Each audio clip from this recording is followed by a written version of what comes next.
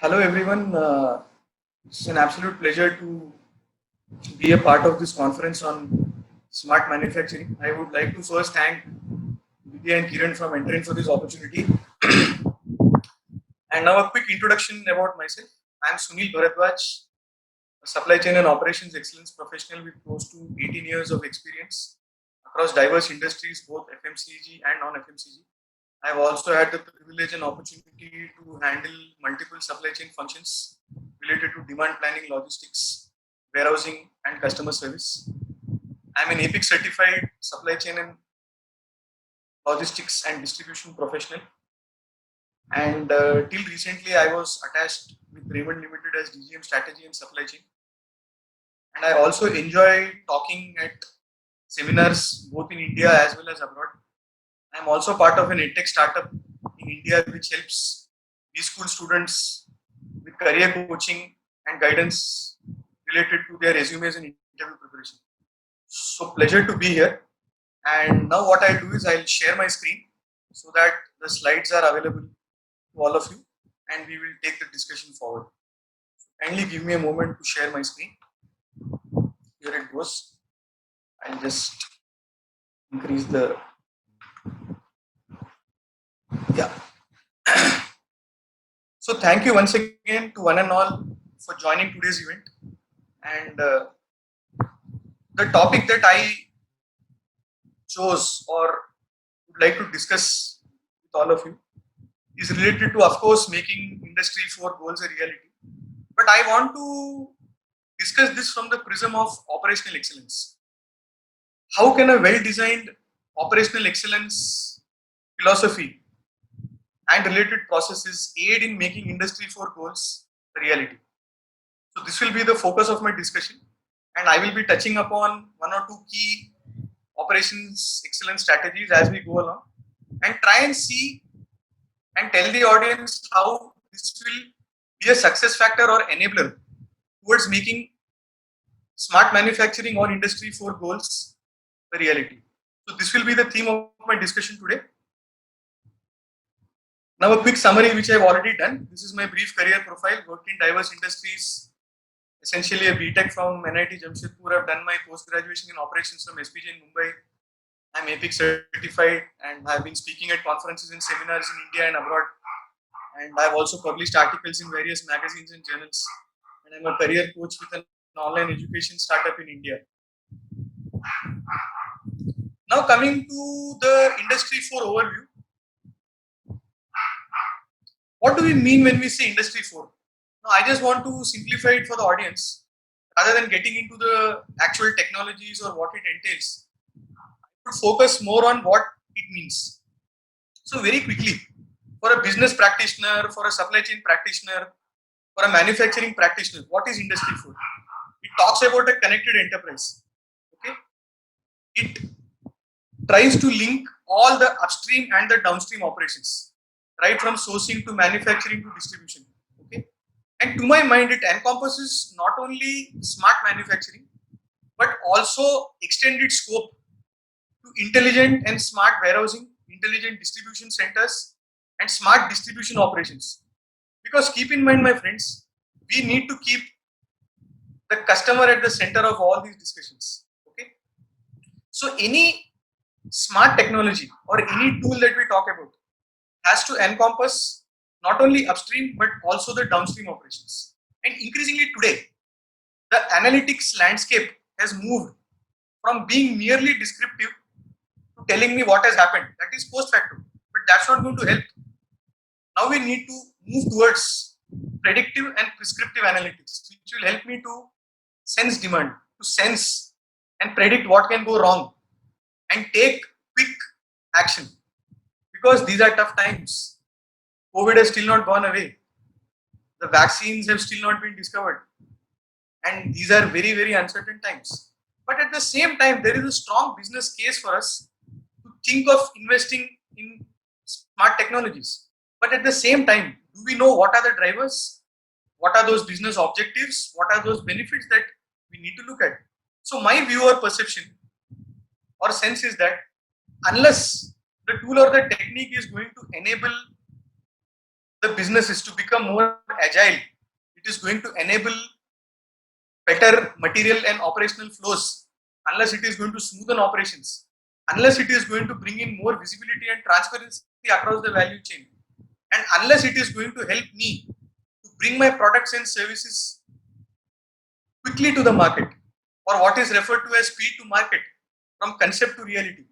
I think the whole purpose of the discussion around smart technologies in Industry 4 is going to be misplaced. This is my opinion. So this is the context or the overview of smart technologies or Industry 4. Now coming to our operations environment or our manufacturing environment, you must understand that we have been hit by this black swan event, and this has exposed once again the 3 V's that all professionals grapple with. How do I control variability, and how do I increase system-wide visibility and velocity? Now, having said this, this graph is counterintuitive because as practitioners, any tool or technology that we talk of always has to reduce variability and increase visibility and velocity. But our starting premise is that always variability is high and visibility and velocity are low. And moreover, what has caused this? It is the fact that there are global disruptions. We are facing a lot of risk events. The frequencies are varied. The durations also vary. And this has brought into focus the whole concept of risk and resiliency within supply chains. Can I have a monitoring, measurement, control system? Can I have an advanced alert system? Can I look at my supplier landscape to not only talk of offshoring, but today people are talking about reshoring and nearshoring? What will be the impact on my performance metrics? And at the bottom, if you see the bedrock, any tool, technology, etc., will only be an enabler unless it helps me to drive innovation, unless it helps me to become more flexible, unless it helps me to react to market demand, and unless it helps me to make me more resilient. No tool, technology, or Industry 4.0 is going to work, because these are the foundational operating realities and our current environment. Now, how do I reduce variability and increase system-wide visibility and velocity? Can I use tools like agility mixed with forecasting, a new concept propounded by experts in our field? It's called agile forecasting. Can I move from a push-based distribution system to a pull distribution system supported by suitable tools and technologies at a back end as enablers? Can I think of a concept of having a supply chain logistics and manufacturing control tower? Now, these things are becoming realities, and this is where a tool or a technology can help us. But like I said earlier, that is not the be-all and end-all. We have to think of the business and the process landscape to start with, and the operational excellence landscape to begin with, so that we are able to address these counterintuitive forces of variability, visibility, and velocity. Okay. Now, coming to some tools. Now, all of us are talking of tools, techniques, technologies, etc. But you must understand, when we say Industry 4, smart manufacturing, Industry 4.0, fourth industrial revolution, to my mind, these are the umbrella of technologies which are available. Now, deep learning, machine learning, artificial intelligence can be used in conjunction with all these tools. Okay, they are the underlying techniques or technologies that go behind making all the various models. Now, can I use it in conjunction with Internet of Things? Can I think of big data analytics? Can I look at a blockchain application within manufacturing and supply chain? Can I transfer my data to the cloud? Can I make it easy for everyone to share and transmit real-time data for meaningful analysis? Companies are now investing in 3D printing or additive manufacturing. A classic case for the manufacturing and production landscape is condition-based monitoring today. Can I use smart connected systems to give me a feedback based on what can go wrong? Can I predict a failure and what impact it will have on system or machine or asset downtime? Can I increase uptime and system utilization and availability and reduce asset downtime? So these are applications and tools and technologies which have existed for a long time. But due to VUCA, due to COVID, and due to this black swan event, it has gained more traction. It has gained more importance. It has gained the attention of boardrooms, of CFOs, of CEOs, of manufacturing heads. Today, people are thinking about applying these technologies. either by themselves or in conjunction. Industrial robots have existed for a very long time and they are still being used in manufacturing. But can I increase the scope of usage of industrial robots? Can I talk about the world of augmented reality and virtual reality? Today there is a concept of mixed reality. How about smart wearables in a production plant or in a warehouse? So my friends, these techniques and tools and technologies are available. There are plenty of vendors, suppliers and experts out there who can help businesses by using these tools. But my sense is unless we understand the overall business benefits and objectives and unless our operational excellence systems and our processes are well designed, these technologies and tools and their benefits will only be limited. It will not be worth the spend. So my sense again is through this slide, I'm only trying to convey that these tools, techniques and technologies are known. The concepts of deep learning, machine learning, artificial intelligence and their techniques are known. There are enough experts, data scientists out there who can work with businesses to build predictive tools, prescriptive tools. But what is going to be the broader objective and the outcome of using these tools? That is something that we need to be aware of and be ready with. Okay. Now coming to my core discussion of this presentation, the core area, focus area is process. Okay. Now when I say process focus, I want to quickly again touch upon an important operational excellence philosophy which is called lean management.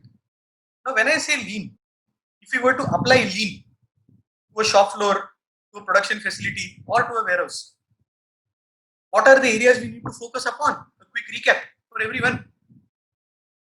I have to see how it is designed. I need to be monitoring my material and information flows. I need to look at bottlenecks. What are the 8 types of waste related to lean? Am I in a position to measure them? Am I able to apply industrial engineering principles? How does my value stream look like today as is? Have I been a part of Kaizen projects? Are we able to form small teams and work on focused areas with regard to waste reduction? How do my flow metrics look like? Is my customer at the center of attention? Am I adding value to the customer? Am I able to give him high quality products? Am I able to compress lead times? Am I able to increase operational efficiencies? Again, coming back to the bottom green block. At the core, am I able to optimize or reduce variability and enhance system throughput and velocity and enhance system-wide visibility? Are all my channel partners upstream and downstream able to get more transparency and visibility out of all this? What is my operations and supply chain landscape? What sort of business strategy do I have? How do those strategies translate into ground realities in terms of tactics and operations? How is my plant design? What is the layout? What is my distribution model today? Is it make to stock? Is it engineer to order? Is it make to order? Are my performance metrics related to my financial metrics? So these underlying themes and focus areas need to be looked at first before even thinking of a tool or a technology. I have only taken one core operational excellence philosophy or business process excellence philosophy, but the focus is to ask these questions, to understand where we stand today, and then can we have a right tool or technology which can support these business initiatives. Okay. Now coming to the operations excellence umbrella or the operational and manufacturing excellence umbrella, which I used, and this is the original diagram created by me, which was published in the Journal of Business Forecasting in summer 2020. And with your permission, I am going to again share this with you. These are the tools. Are we using value analysis, value engineering? Are we using lean? Are we using Six Sigma? Are we using lean and Six Sigma together? Today, there are experts who are saying that lean can also be used along with theory of constraints or TOC. Do I have a TQM, TPM strategy in place? Am I using Kaizen projects? Okay. Am I 5S compliant today? So how is my workplace designed? What are the ergonomics? What are the people and process designs? How are the systems working? Are the documentation processes, SOPs current? Are they live? So unless one does a thorough homework and analysis of where we stand, I think talking of a tool, I think is too far-fetched. Okay? Coming back to the same argument I'm trying to make. And what are the benefits of all these tools? These are the benefits. Am I able to give superior customer service? Am I able to increase my throughputs? whether it is a warehouse, a dark warehouse, a distribution center, or a production plant, am I able to reduce the 8 types of waste under lean? The 8th type of waste is the 8th waste also talks about wasted people skills in addition to the others. You all would know TIMWOOD. The last one is S. Tim Woods. Okay. How I am managing my constraints today? And am I able to reduce or compress my lead times? What is the scope? I have to look at supply side, I have to look at the demand side of the picture, and I also need to look at all the end-to-end scope of operations, manufacturing and supply chain operations, right from sourcing to inbound logistics to conversion or production to storage and warehousing, not limited to order management, last mile distribution and outbound logistics. So how can all these tools and techniques be utilized, be applied and be used to address the bigger business problem or the bigger business strategy? That will then flow into the operation strategy, then the manufacturing strategy, and then you can talk about technology strategy. But unless you have a robust operational excellence and manufacturing excellence strategy in place, but technology is going to have very, very limited impact.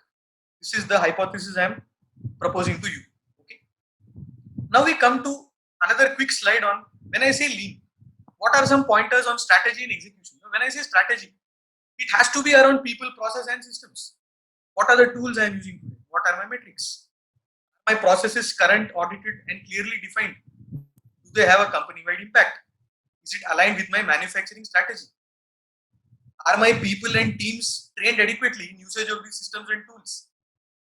Is there a high level of process focus across the organization, across all facilities, across all plants, across all offices, across all distribution centers? What is my execution strategy? Am I focusing on building a lean culture, an operational excellence culture, which is company-wide, which cuts across all business functions, starting from branding, product management, product development, to HR, to finance, to production, to sales, and to distribution? Am I focusing on excellence as a culture? Is it related to and does it enhance customer service or consumer service? What is my operational excellence philosophy? Is it well documented? Do I have adequate monitoring and control systems? And I'm sure as I speak, the audience is highly educated and qualified. You come from diverse industries and backgrounds, and you may have different levels of maturity. But what I'm trying to only tell you is that there is a need to focus on these areas and to see where we stand today, so that we can take more meaningful and impactful decisions. And there is a higher ROI for all the technology spends. Okay. So this is a single slider on strategy and execution. Now I want to come to focus areas. Now when I say manufacturing and operations focus areas, which are those operational areas we need to focus? Last but not the least, is it going to help me reduce my operating costs? Is it going to give me higher EBITDA margins? Are these initiatives going to reduce my operational lead times? Are these initiatives going to make my plant and machinery more effective, more smart?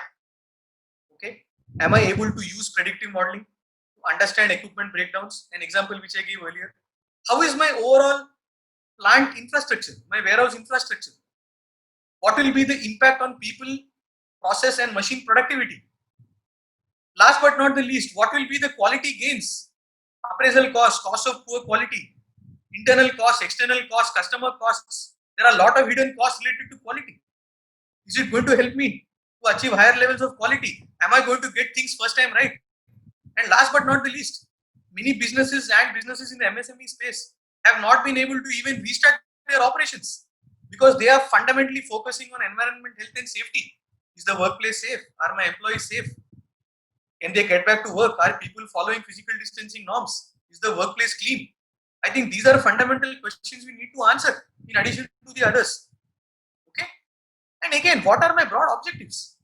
Am I able to think and strategize and use a tool which is going to connect my equipment and my devices? Are my physical assets going to talk to one another? Is it going to entail real time performance monitoring of meaningful operational metrics? Can I get into that phase where I move from descriptive to predictive and prescriptive analytics? We all know CAPA, corrective and preventive action, CAPA. But I am trying to tell you that can we not focus on the corrective action, but can we use tools and techniques and design our processes to think of a culture of prevention? Can I use an alert or a tool or a supply chain event management tool which can help me to prevent that event from happening? If it is a high risk event, if it is going to impact my operations, if it is going to impact business, can I focus or shift my zoom lens on the culture of prevention rather than corrective action? Because corrective action is again post facto, after the event has happened. Can I focus on a culture of prevention? Okay.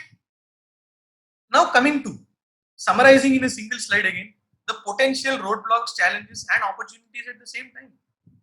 My dear friends, please understand, a one size fits all approach will not work because every industry and sector has its own characteristics. Every manufacturing organization has its own structure in terms of people, processes and design. The product designs vary, the type of SKUs vary, the demand metrics vary, the demand factors are uncertain. Process maturity levels within organizations vary. We need to take into account these factors and make our own project charter. That what are those areas that we need to attack, what are those priorities and pain points which I need to solve, and where am I on the curve in terms of technology and digital adoption. For different companies, it could be different. Some companies are just learners, they have just started. Maybe other companies are planning to invest. Maybe there is a set of companies which has already invested before COVID struck us and they have already achieved high levels of maturity. There are other companies which want to invest, but they don't have the financial wherewithal because today working capital and cash is king. First, it's a question of survival and restarting your business. Investments in tools and technologies come later. Do I have the ability today and the financial muscle to invest and prioritize my investments? Is there an agreement and consensus in the boardroom and across functional heads on the specific problems and pain points? What are the people, process, related areas? And last but not the least, I'm not discussing this, it's a huge topic. What about the cultural aspects and change management aspects of these projects? These are humongous questions one has to answer. And again, no easy answers. The bottom block on the red again. Now, what approach does one use? Do we go outside in? Do we go inside out? My sense is we should use both approaches. Outside in is again reacting from what the market is telling me. How is the consumer behaving? What is my customer analytics and feedback telling me? What is my marketing, sales and product management team telling me? What are those signals which I can use on the shop floor? So that is outside in, one way of designing your backend system. The other is inside out. Now, as a production or operations or supply chain head, am I able to convince and satisfy and get the buy-in from my internal functions within the organization? Is everybody on the same page in the integrated business planning meeting or the sales and operations planning meeting? Does everyone agree? My friends from HR, from finance, from sales marketing, from product development, from supply chain, from production, the demand planner, okay, the warehouse logistics head, whole lot of entities have to come on the same page because everybody is driving and gunning towards a common goal, a common business strategy, which tells me, for example, I want to operate in this market, I want to gain market share, I want to operate with these 1,000 SKUs, I want to get so much of revenue and EBITDA from this market. Now, can all these tools, techniques, operations, excellence, philosophies enable that larger goal? That is what we should be looking at, in my sense. Okay. Now, how do we bridge the gap? What are those success factors and outcomes? I've talked about the operations excellence philosophy. It's linked with technology adoption. Okay, what are some stumbling blocks? What are some challenges? And what are the opportunities? Now I want to tell you how we can bridge this gap. What are those success factors and outcomes? Very quickly, no discussion like this will be complete without a discussion on data architecture. Do we understand our data assets? How is our master data organized in our ERP today? What is the volume, velocity and variety of data points we deal with? What are our ETL systems? How do we extract, transform and load data? Do we use a data warehouse? Do we use a data lake? What are the issues related to data risk? Is our data safe and secure if we are sharing it on the cloud or with our partners? Because all these tools and technologies, all AI/ML tools, okay, whether you talk of statistical forecasting, probabilistic forecasting, whether you talk about K-factor analysis or K-means clustering or ARIMA models or multiple regression models, they all deal with data, a lot of data, meaningful data. So what data science tools are we planning to use? What smart data analytics technologies are we planning to invest in? But before we come to the last two blocks on the right, I think it is important to do a thorough audit of our data architecture and data systems and data philosophy. How is data being used, disseminated, and analyzed today as we speak, even before we have a discussion on the enabling tool and technology? So these are some aspects I wanted to bring before you. Now coming to a very important slide before I close is what are those drivers and success factors? Guys, we need to have an alignment with the business strategy and then the operation strategy, then the manufacturing and back-end supply chain strategy.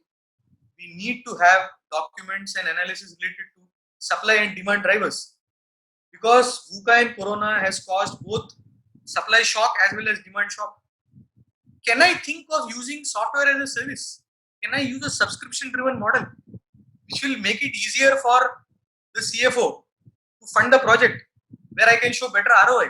Because trust me, all these projects entail a lot of cost, they entail a lot of time, they entail a lot of training, they bring about humongous change management initiatives. So am I in a position to think of a model with a player where I can talk of software as a service? Can I use a plug and play approach? Now the bottom 4 points on the left, marked in lime green.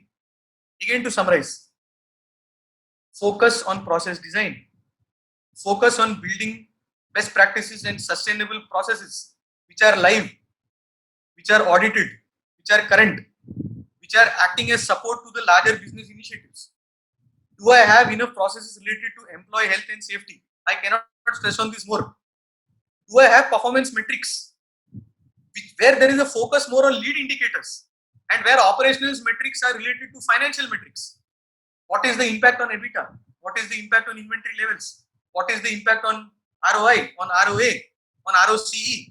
What are my inventory turnover levels like? What is the impact on top line? So am I able to merge or connect my operational and manufacturing metrics with the larger financial metrics? After that, then we can think of talking about the red flags, the choice of tool, choice of the right partner, what business problem are we trying to solve, have we framed the problem statement, what are the broader objectives, and what is the triple bottom line impact? 3 P's: people, profit, and planet.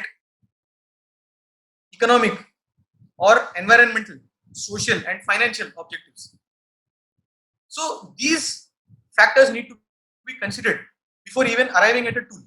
And the bedrock to my mind is we need to link the people and process strategies and operational excellence design and then bring the discussion to the table so that we can really have a tool or a technology which will act as a business enabler, and we would have put our money in the right areas and we would have minimized risk. And my sense again is I will always work on something which is efficient, effective, and optimizes my investments. Okay. Now coming to the last slide, to summarize, smart manufacturing, focus on operations excellence. How are these connected now? My dear friends, this is the last slide for my discussion today. As an organization, what are we gunning towards? To summarize, we want to become more agile. We aim to become more flexible in our operations. We need to become more responsive. We need to build in tools and techniques which will give us more visibility into the future. Can I become a more resilient organization? Can I manage my risks? Can I really work on sustainable design of products and processes? Can I reduce my carbon footprint and impact? Can I become more sustainable? So elements of risk management, sustainability, agility, flexibility, and responsiveness. Now, what are the outcomes? Is a smart manufacturing 4 or industry 4 going to make me a more connected organization? Is it going to help or increase our ability to sense and respond better? Are we going to get more real-time alerts and warnings in terms of what can go wrong, what is happening, how are the connected systems behaving? And can I have visual analytics? Can I have a comprehensive dashboard to tell me the health of my organization, the health of my manufacturing system, the health of my distribution system, the health of my supply chain, the health of the organization as a whole? Can we think of a system where I have all connected relevant visual metrics and analytics to give me the status of where I stand today? And last but not the least, the two boxes in red on the right, extreme right, unless it enhances and helps visibility and transparency across the system, and unless it helps me to track and trace material flow, asset behavior, information flow, financial flow, I think any system or industry 4 will have a very limited role to play. So this is what I had to share through my presentation today. Thank you once again, all of you, for your patient hearing and time. Thank you to Team Entrain. Thanks to Vidya and Kiran. And with this, I come to a close of my presentation. And I wish all of you a very safe and healthy future. And I hope we are able to counter the negative effects unleashed by Corona and COVID. And I hope the vaccine is discovered soon. And thank you once again for this wonderful opportunity. And I hope I was able to drive home a few of my points, thoughts, and perspectives on this subject. Thank you very much.